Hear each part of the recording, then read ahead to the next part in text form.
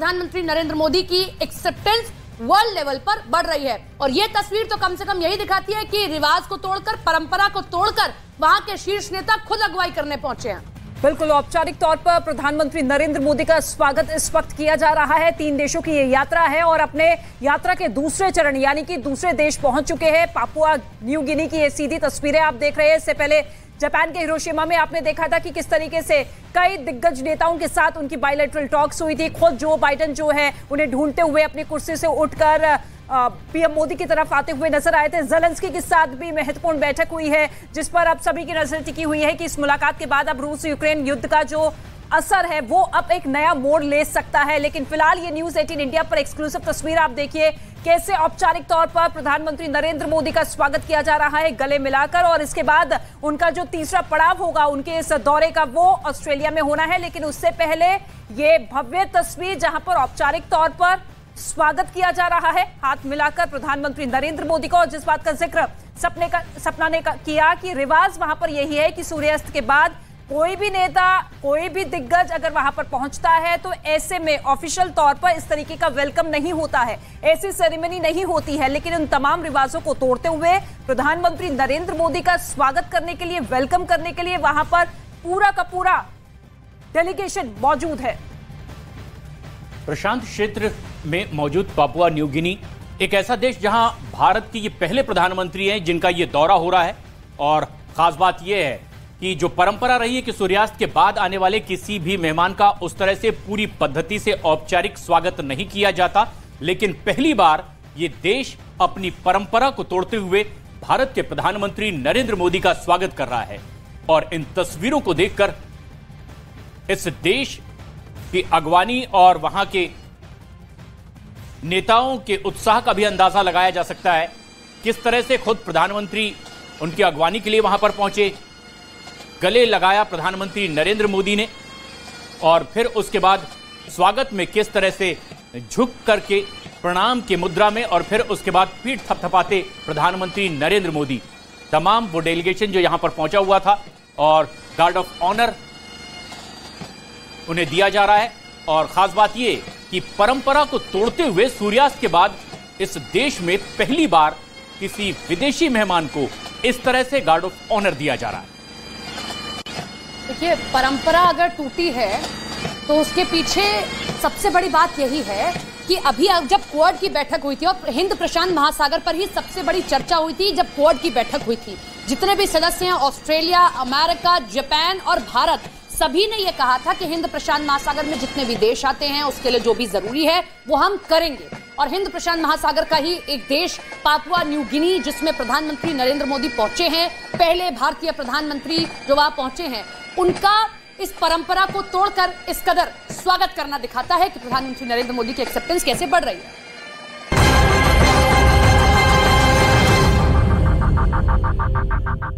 की पीसना है। और पाकिस्तान के रक्षा मंत्री के बयान से तो ये लग रहा है कि अगर इमरान एंड कंपनी ने सेना की बात नहीं सुनी तो उन पर आर्मी एक्ट की तलवार चलना तय है। क्योंकि पाकिस्तान के रक्षा मंत्री ख्वाजा आसिफ ने बयान दिया कि मिलिट्री बेस और सेना के लोगों पर हमला करने वालों पर आर्मी एक्ट के तहत ट्रायल होगा। इधर उत्तर प्रदेश के ज्ञानवापी में शिवलिंग की कार्बन डेटिंग करवाने के इलाहाबाद हाईकोर्ट के आदेश पर सुप्रीम कोर्ट ने अंतरिम रोक लगा दी। कोर्ट ने इस मामले पर उत्तर प्रदेश सरकार और केंद्र सरकार का रुख जानने के लिए नोटिस जारी किया। इस मामले में मुस्लिम पक्ष की ओर से मस्जिद इंतजामिया कमेटी ने सुप्रीम कोर्ट में याचिका दाखिल की थी। क्योंकि इलाहाबाद हाईकोर्ट ने कथित शिवलिंग का साइंटिफिक सर्वे यानी कार्बन डेटिंग करवाने का निर्देश दिया था। हाईकोर्ट ने एएसआई की रिपोर्ट के आधार पर यह आदेश जारी किया था, जिसे मुस्लिम पक्ष ने सुप्रीम कोर्ट में चुनौती दी। और मामले की सुनवाई के दौरान इलाहाबाद हाईकोर्ट के आदेश पर सुप्रीम कोर्ट ने अंतरिम रोक लगा दी। अंतरिम राहत मिल गई, इसके बाद देखा जाएगा मुकदमे किस तरह से देखे जाएंगे। एएसआई की रिपोर्ट में कहा गया था कि कार्बन डेटिंग से ज्ञानवापी में शिवलिंग की आयु का पता लगाया जा सकता है। हिंदू पक्ष इसे प्राचीन शिवलिंग बताकर पूजा करता रहा है तो मुस्लिम पक्ष इसे वजू खाने का फव्वारा बताता है। इस बीच गैंगस्टर से राजनेता बने आनंद मोहन की रिहाई के मामले में सुप्रीम कोर्ट ने बिहार सरकार को जवाब पेश करने के लिए आखिरी मौका दे दिया, ताकि बिहार सरकार अपना जवाब कोर्ट में पेश कर सके। आनंद मोहन की रिहाई के खिलाफ दायर याचिका पर सुनवाई करते हुए सुप्रीम कोर्ट ने बिहार सरकार को जवाब पेश करने के लिए 4 हफ्तों का वक्त दे दिया।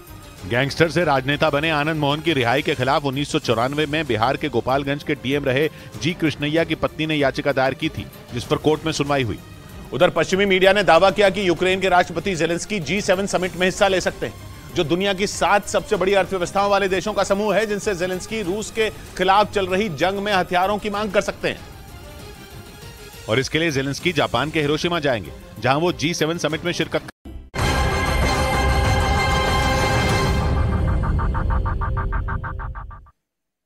तो ये तस्वीर हम आपको दिखा रहे हैं और ये तस्वीर आप देखिए, जरूर देखिए, क्योंकि भरती भारत की खयाती की ये तस्वीर है।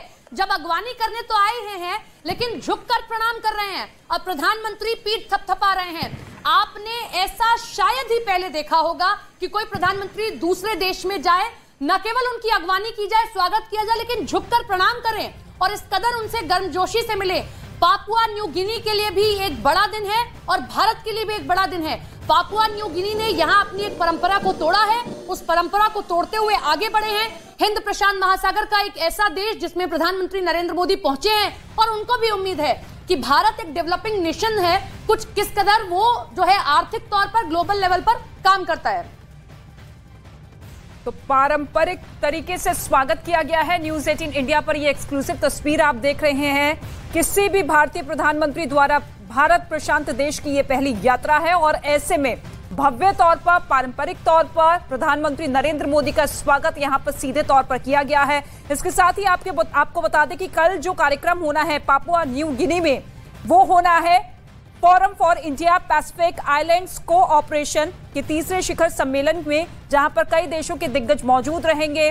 कुल 14 देशों के नेता इस बैठक में शामिल होंगे और ऐसे में ये यात्रा भारत के लिहाज से अपने आप में बेहद खास हो जाती है, क्योंकि बतौर प्रधानमंत्री उनकी ये पहली यात्रा इस देश में। और ऐसे में किन किन महत्वपूर्ण मसलों पर चर्चा होती है, कौन कौन से ऐसे मुद्दे हैं जो कि सीधे तौर पर 14 देशों के हिसाब से फिट बैठते हैं, क्योंकि प्रधानमंत्री नरेंद्र मोदी हमेशा से इस बात का जिक्र करते हुए नजर आए हैं कि देखिए, लोकतांत्रिक मूल्यों के हिसाब से ही कदम आगे बढ़ाने होंगे, क्योंकि शांति के जरिए ही सभी देशों के संबंधों को मजबूत किया जा सकता है। अगर एक देश की समस्या है तो उस समस्या के पीछे कई देशों को एक साथ एकजुट होकर आना होगा। और यही वजह है कि आज जो है भारत विश्व गुरु की तरफ आगे बढ़ता हुआ नजर आ रहा है, जो कि हर एक समस्या को पूरी तरीके से देखता है और नैतिकता के हिसाब से उस समस्या को लेकर कदम भी बढ़ाए जाते हैं। जब जेलेंस्की के साथ पीएम मोदी की कल मुलाकात हुई तो एक उम्मीद जगी कि 1.25 साल से चल रहे युद्ध का अब समापन हो सकता है, कोई ना कोई समाधान निकल सकता है। और ऐसे में सीधे तौर पर कल जेलेंस्की ने भी मदद की मांग की, जिस पर पीएम मोदी ने साफ कह दिया कि जो भी बन पड़ेगा वो हम जरूर करेंगे। क्योंकि हमारे लिए ये कोई अर्थव्यवस्था का मुद्दा नहीं है, कोई राजनीति का मुद्दा नहीं है, मानवता का मुद्दा है। और हमेशा से ही भारत ने मानवता के मसले को सर्वोपरि रखा है।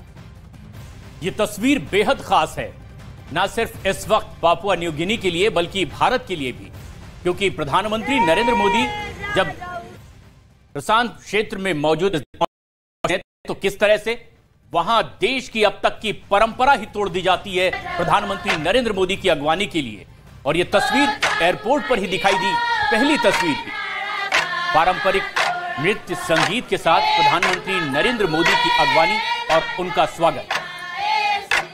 खास बात यह है कि पापुआ न्यू गिनी अब तक विदेशी मेहमानों के अगवानी की अपनी परंपरा तोड़ता नजर आ रहा है प्रधानमंत्री नरेंद्र मोदी के स्वागत में।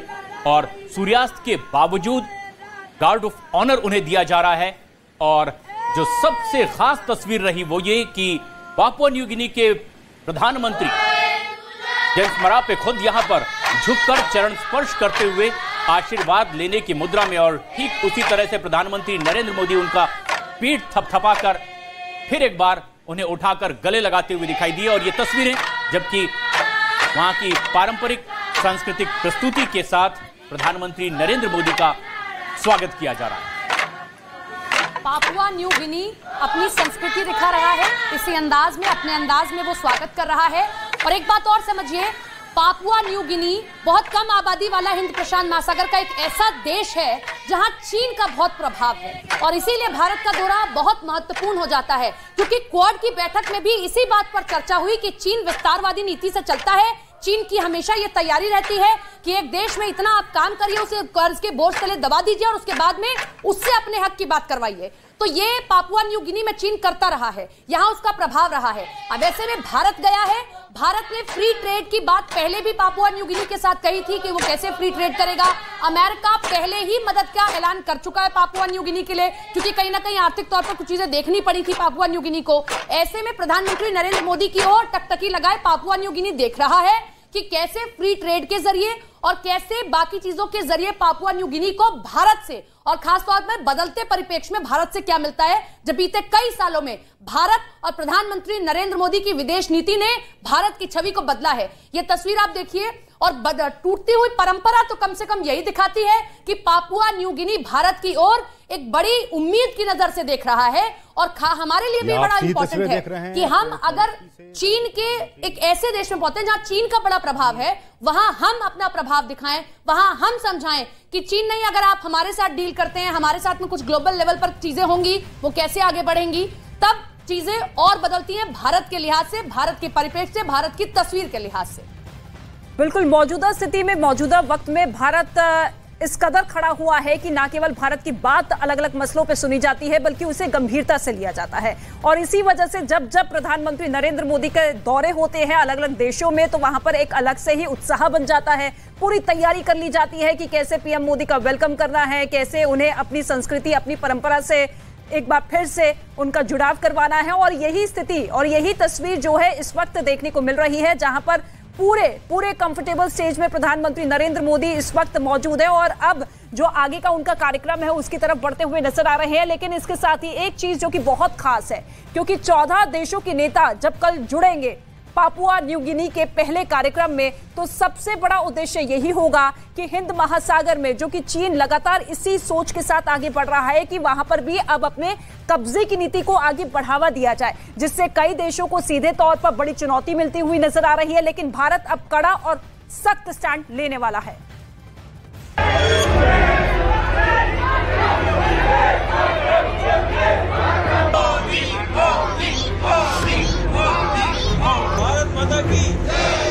पीएम मोदी ऐसे ही दुनिया भर में सबसे लोकप्रिय नेता नहीं है।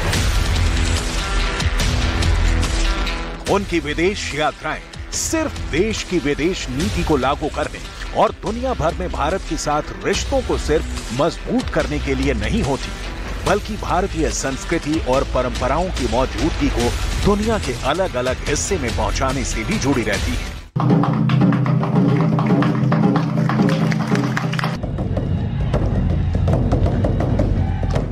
पीएम मोदी जहां संस्कृतियों का मिलन कराते हैं, तो भारतीय संस्कृति की उपस्थिति को बहुत ही ज्यादा मजबूती से दर्ज कराते हैं। और 3 देशों के इस यात्रा के उद्देश्यों में से एक उद्देश्य ये भी है। इसी उद्देश्य के तहत प्रधानमंत्री नरेंद्र मोदी ने जापान के हिरोशिमा में, जहां 78 साल पहले परमाणु बम से हमला किया गया था, वहां अहिंसा के सबसे बड़े पुजारी महात्मा गांधी की प्रतिमा का पीएम मोदी ने अनावरण किया।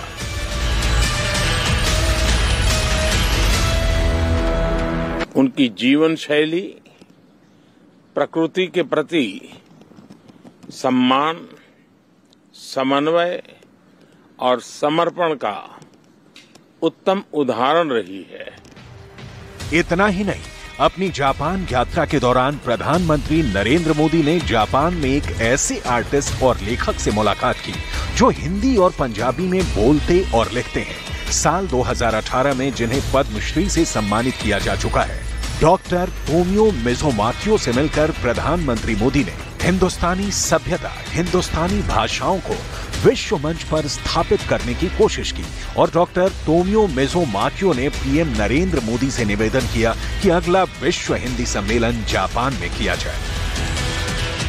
मेरा जन्म कोबे में हुआ था और कोबे में उन दिनों कोबे में सबसे अधिक भारतीय रहते थे। उन लोगों ने मुझे प्रभावित किया। तो मैं हाई स्कूल में पढ़ता था, जिज्ञासा थी ना, जिज्ञासा, उनकी भाषा सीखनी चाहिए।